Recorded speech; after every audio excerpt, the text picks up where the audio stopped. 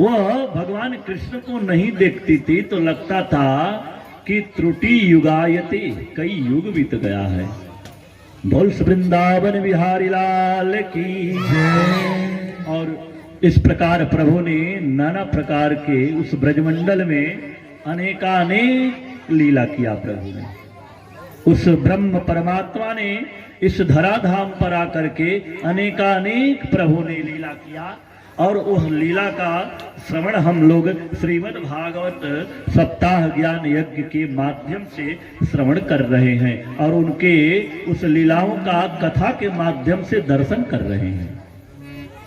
और एक दिन तो प्रभु ने बच्चों के साथ खेल रहे थे और खेलते खेलते मधुमंगल, श्रीदामा, अनेकानेक जो बच्चे थे और उनके साथ प्रभु ने एक बार मुख में माटी डाल लिया अपने, क्योंकि बच्चों का स्वभाव होता है, छोटे बच्चे वो माटी मुख में डाल लेते हैं। और उस समय प्रभु ने मुख में माटी डाला। मधुमंगल आकर के मैया जसोदा से कहा, अरे मैया, तेरा लाला कन्हैया मुख में माटी खाया है।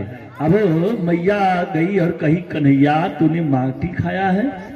और प्रभु मुख खोल नहीं रहे हैं। प्रभु कहे, ना मैया ना, आज मेरे मुख में कुछ नहीं है। मैया ने कहा कि नहीं नहीं, तू माटी खाया है तो मुख खोल के दिखा दे। मैया ने कान पकड़ लिया और जब कान पकड़ा मैया यशोदा ने, तब प्रभु की दो शक्तियां हैं, एक ऐश्वर्य शक्ति और एक कृपा शक्ति। ऐश्वर्य शक्ति ब्रह्म तत्व का दर्शन कराती है, ब्रह्म तत्व का वह ज्ञान कराती है। और कृपा शक्ति जो है वो कृपा शक्ति भगवत भक्ति कराती है, भगवान से प्रेम कराती है। ये दो शक्तियां हैं।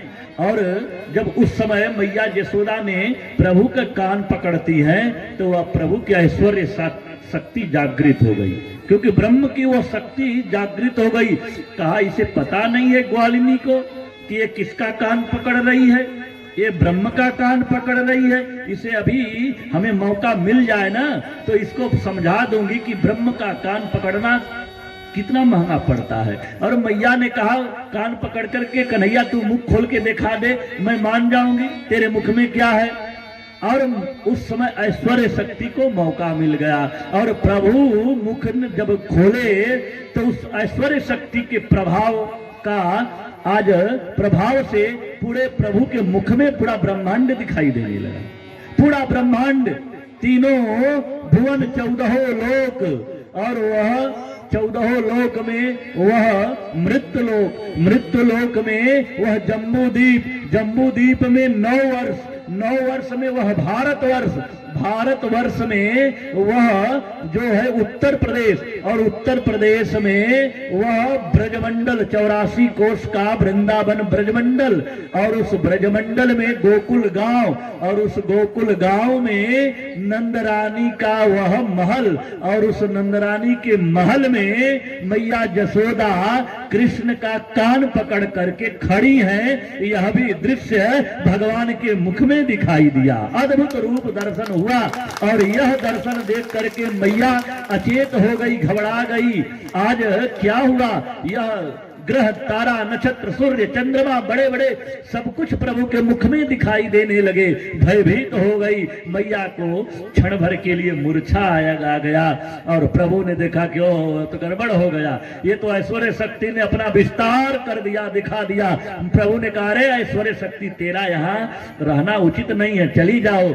यहाँ तो हमें बालक बनने में अच्छा होता है, क्योंकि बालक बन करके रहूंगा मैया का तो वो सुख मिलेगा जो बालक को मिलता है, और भगवान को वो सुख नहीं मिलता है। भगवान को क्या सुख मिलता है? बालक अगर किसी का है, घर वाले बालक, मैया कितना ध्यान करती है। और वही लड्डू गोपाल को एक बार भोग लगाने के बाद दूसरे बार पूछेगे ही नहीं कि भूख लगी है कि प्यास लगी है। तो प्रभु करें, हमें भगवान नहीं बनना है, भगवान बनकर अलमारी में नहीं रहना है, मैया के गोद में बैठना है, बालक बन करके रहना है। क्योंकि भगवान को एक बार घंटी सुबह दुबत्ती दिखा दिया और फिर दोपहर को एक बार भी नहीं पूछेंगे लोग कि प्रभु दूध पिएंगे, प्यास लगी है, कुछ खाएंगे, नहीं। और उसके बाद अब बालक को अपने एक बार नहीं कई बार दूध के लिए पिलाएंगी, कई बार उनके खिलाएंगी। तो प्रभु ने कहा हमें बालक बनना में जो आनंद जो सुख है वो अब भगवान बनने में नहीं है। ऐश्वर्य शक्ति से कहा तुम चली जाओ। और ऐश्वर्य शक्ति जब गई तो मैया का ध्यान आज चेतन अवस्था में आई। मैया ने कहा कि लाला तेरे मुख में मैंने कुछ देखा। प्रभु ने कहा रे मैया तू दिन में भी स्वप्न देखती है, देख मेरे मुख में क्या है। प्रभु ने अपना मुख खोल कर दिखा दिया, कुछ नहीं था। मैया भोली भाली थी, कन्हैया की बातों में आ गई। कहा कि हाँ बेटा मैं सोच रही थी कुछ है। कहा तू चक्कर में पढ़ चल मेरे साथ। प्रभु मैया का बाँ पकड़ते हैं, उंगली पकड़ करके घर ले जाते हैं। अब वहां पर उनका मैया सोच में पड़ गई थी कि क्या देखा मैंने।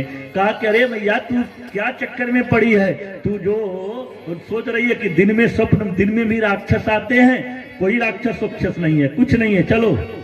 आज मैया भूल गई, क्योंकि कन्हैया के बातों में तो सब लोग भूल जाते हैं, उनकी बात ही अजब निराली होती है। हमारे गोविंद वृंदावन बिहारी सरकार की। और इस तरह आज मैया जसोदा एक दिन प्रभु को खिलाने के लिए ताजा ताजा माखन मह रही थी। प्रभु को सबसे प्रिय था माखन। और माखन मैया के उस घर में जो गैया थी ना, उनमें गैयों में से वह सुरभि गाय का वो माखन महती थी, दूध पिलाती थी, बहुत ध्यान देती थी। और उनके घर में बहुत दासियां थी, ऐसी बात नहीं है। कहते हैं एकदा गृहदासी सु यशोदानंद गेहिणी। नंद बाबा और यशोदा मैया के घर में दासियों की कमी नहीं थी, लेकिन वह अपने लाला के लिए दास दासियों से कार्य नहीं कराती थी, वह स्वयं करती थी। वो माखन अपने स्वयं अपने लाला की महती थी और माखन वो ताजा खिलाती थी। गांव में तो नहीं, शहर में बड़ा गजब अब उल्टा परंपरा हो गया है। आज माताएं सारे काम दास दासियों पर छोड़ देती हैं, यहाँ तक कि बालक को भी दासी को दिखा करके अपने क्लब चली जाती हैं भ्रमण करने के लिए, पिकनिक मनाने के लिए। अब वो बालक जब है तब वो माँ अब दासी को ही माँ समझेगा और दासी